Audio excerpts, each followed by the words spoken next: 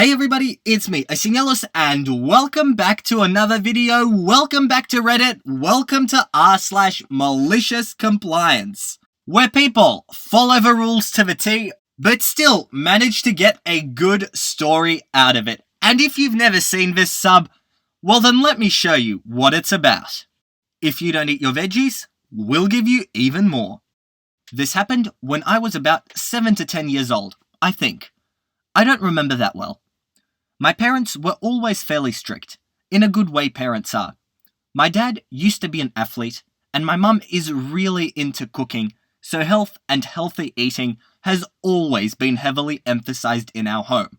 This included eating a lot of veggies. Me, being an 8-year-old brat, of course, didn't like vegetables, as I was a pretty picky eater. I would always struggle to finish my plate of vegetables after I always immediately had eaten all the meat. So my parents implemented the rule: you have to eat what's on your plate. If you don't, we'll put even more veggies onto your plate. The threat of having to eat even more veggies always worked wonders. There was, however, always one exception to all the healthy eating. Once a year, we would go to McDonald's on the way back from vacation. Me and my sister always really looked forward to it. My dad thought it was horrible. This is where the malicious compliance comes in.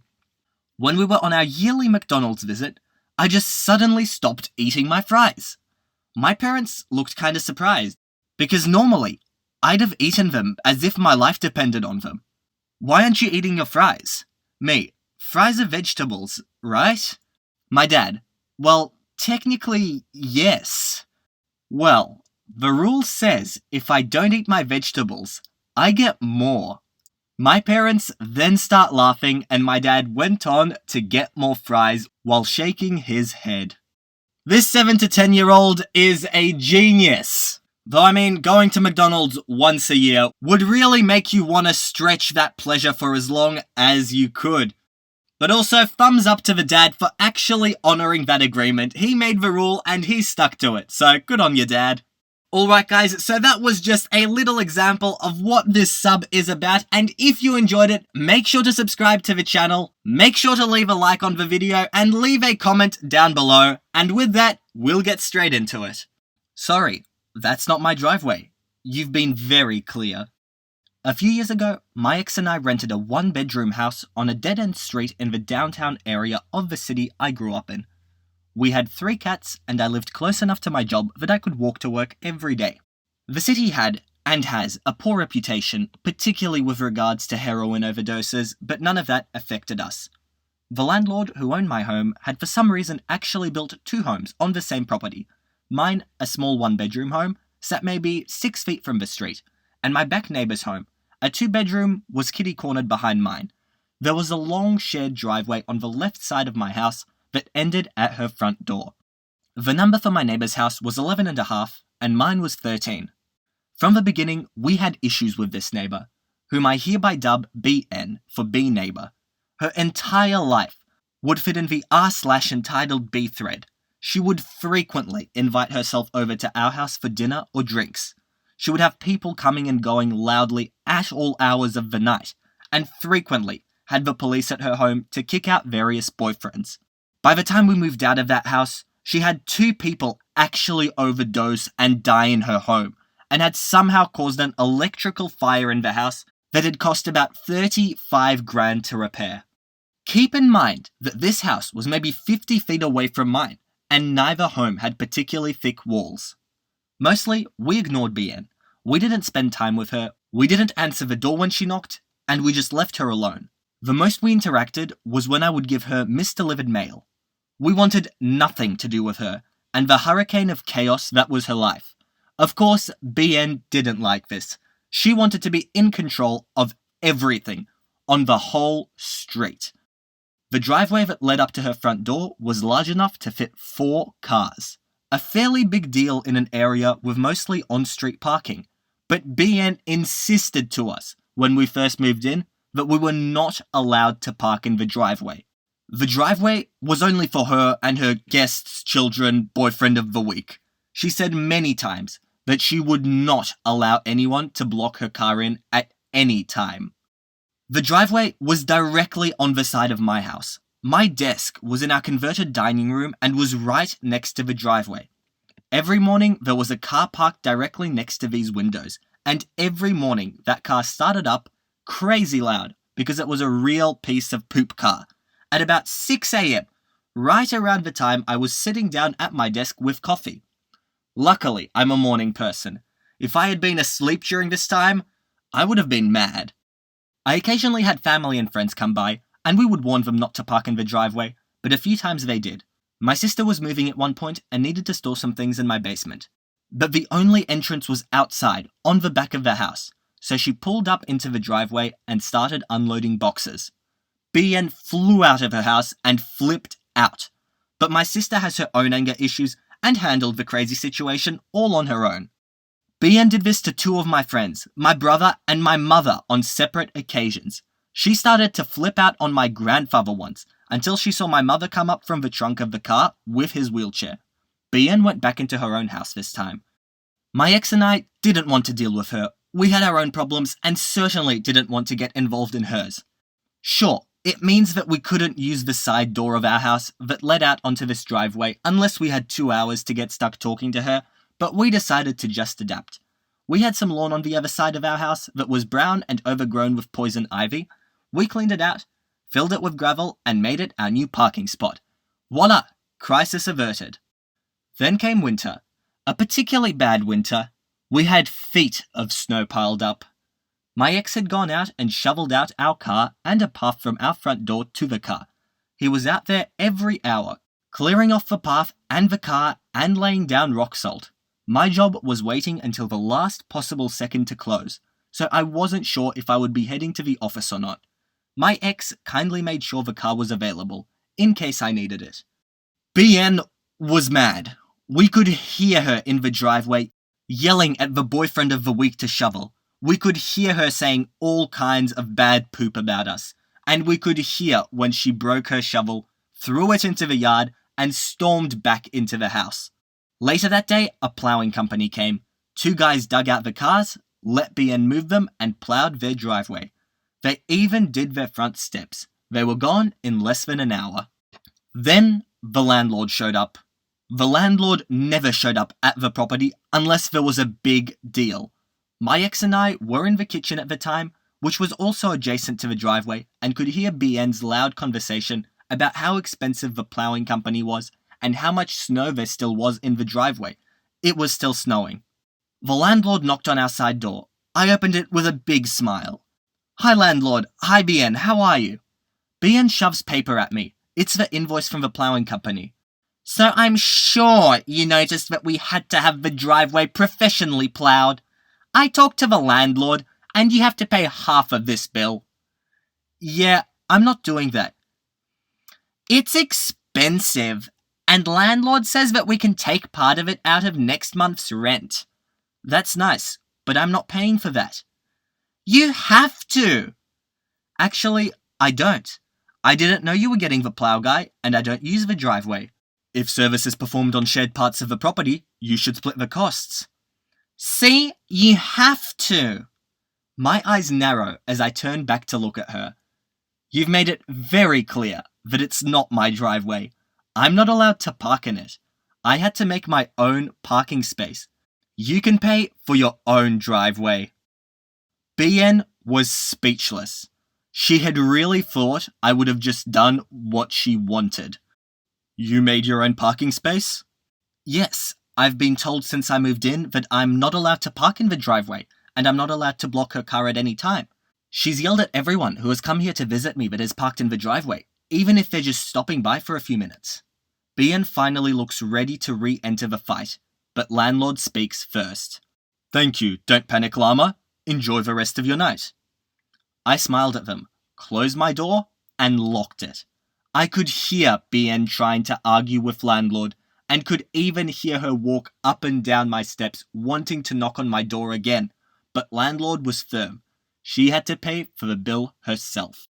And after that, she had to let me park in the driveway too.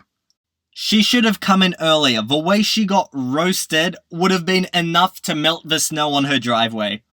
Entitled customer can't wait for a good fitting room? Sure, go right on in. EC is entitled customer and me is me. I work at a largish thrift store in a not-so-good area of town, and when people want to try on clothes, we have to count how many items they have and then unlock a fitting room for them.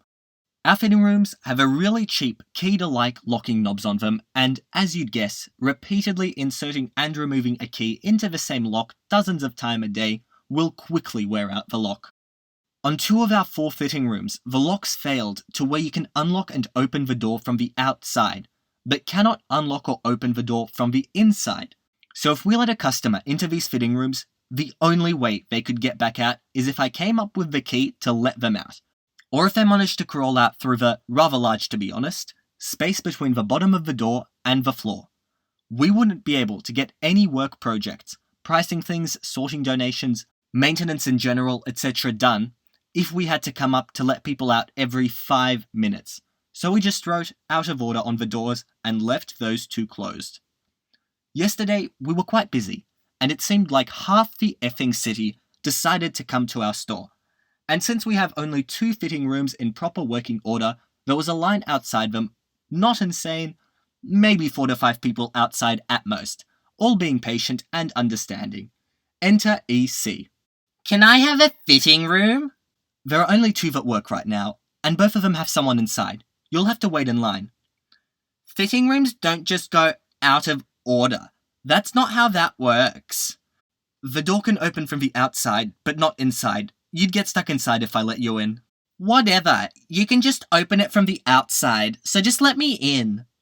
I look over to my manager, who is a few aisles over, and I erase out of order off the door, and I go ahead and let EC inside.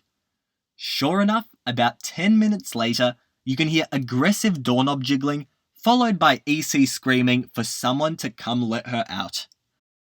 It's just water. I've worked at a local restaurant in my hometown for a couple of months. I'm 16, and the day I turned 16, I got myself a worker's permit, 100 copies of my resume, and walked down the main street of the town with all the shops and restaurants handing them out. I did this for a month until I received a phone call asking for me to come in, and I eventually got the job. I love my boss and the people that I work with. It can be pretty stressful with school, but I manage happily and still keep my GPA above a 3.5 with no missing assignments, and I'm very proud of myself. Quick background, I've lived all my life up until 11 with my mother and stepdad, who are both addicts, drunks, and they beat me. I have not had a good life, and my mum has even tried killing me on multiple occasions. After an incident where my stepdad hit my sister and I knocked him out with a vase containing his grandmother's ashes, I didn't know and felt bad after. CPS was called and I now live with my grandma. She's retired and doesn't earn a lot, maybe $600 a month, so I got the job to help her out and maybe buy lunch every other day. Anyway, onto the story. A couple of weeks ago, I see a snotty old guy walking in with a woman, and he's cracking jokes. She doesn't seem to be enjoying it, but it's free dinner. I get it. I sit them down, give them the complimentary chip salsa and bean dip, and order their drinks. The woman gets an expensive margarita, and the guy just gets a water. It's late in the night, so I start cleaning up so I can close up and work on my homework. I don't want to spend my time doing it until 1 in the morning. As I'm sweeping near this guy's booth, he starts yelling how he hates the service, food, and how the new generation is lazy. I knew he was directing this to me, as I'm the only kid in my grade with a job and the youngest worker there, and just ignore it. He then says very quietly, "Watch this," and I see him put his finger on the side of his nose and shoot snot into his nearly empty cup and put it on the side of his booth, meaning I should refill it. He then screams at me because I'm not refilling his water, as it's obviously nearly empty. I walk over and he asks me how old I am. I tell him I'm 16, and he starts going off on how he had a job at 14, and how this generation is so lazy, and how I'm doing this just for the sake of money to spend on trivial things. I just ignored him and asked him if he would like me to refill his water, but I was a little annoyed. He said yes, but if he could get a new cup too. I grabbed the cup, but little did I know there was snot on the side that was now on my thumb. I was disgusted, and the guy starts bursting up laughing. The lady looks disgusted, and the guy looks to me and says, "What's wrong? It's just water. Now get me more water and a new cup." I was annoyed. How dare this guy treat me this way and say those rude things to me? So I did something very stupid. I grabbed the cup and pretended to hit the bottom of his plate, pretended to fumble with it a bit, then dumped the unholy amount of snot onto the man. He starts wailing like a banshee. I pretend to act sorry. I've taken drama, so I know how to act, and ask him if he's okay and that I'll get some paper towels. I start heading off when I hear, "Wait! I don't need paper towels. I need something to clean this up. Give me that rag right there." I tried explaining to him that the rags we use have bleach in them. He was wearing a black shirt, but he didn't want to hear any of it. I gave him the rag and asked, "Sir, what do you want?" "Why do you need to clean it up? Isn't it just water?" I smiled and walked away. He was fuming, but he couldn't do anything. All I did was spill water on him. He stayed for an hour or so, and the girl ordered more margaritas, obviously trying to squeeze money out of this a-hole before he realizes she's not interested. His shirt ended up bleached, stained, and crusty from dried mucus, and had to pay over $80 for the food and drinks. The lady left a tip for the waitress, and a bigger tip for me. I'm a busboy, by the way, so I only get a portion of the tips from the waitresses, with a note saying, "I hated the guy, met him online, here's for your troubles." I spent that week using her tip to pay for lunch every day. I hated school lunches, especially with a burger place nearby, so I abused our off-campus lunch. I deserved it. Yes, you do, my friend, but this guy's pick-up tricks are honestly beyond me. Did he really think it was funny by basically blowing his nose in a cup? Not sure if it's just me, but I've got a hunch that that's not the best way to get yourself a date. Alright guys, that's it for today. I hope you enjoyed. My videos have recently been a bit shorter, but that does mean I can get them out more consistently and you guys get to see more videos. Same thing as my last video, guys. If you've got any comments, any suggestions as to how I can improve my channel, make sure to leave them down below. I would really be interested in hearing feedback from you. I want to improve this channel, so I want you to tell me if there's something you want fixed. But for now, guys, if you like what you see, then make sure to subscribe to the channel, and all I want to do is see you all here next time. See you later, guys.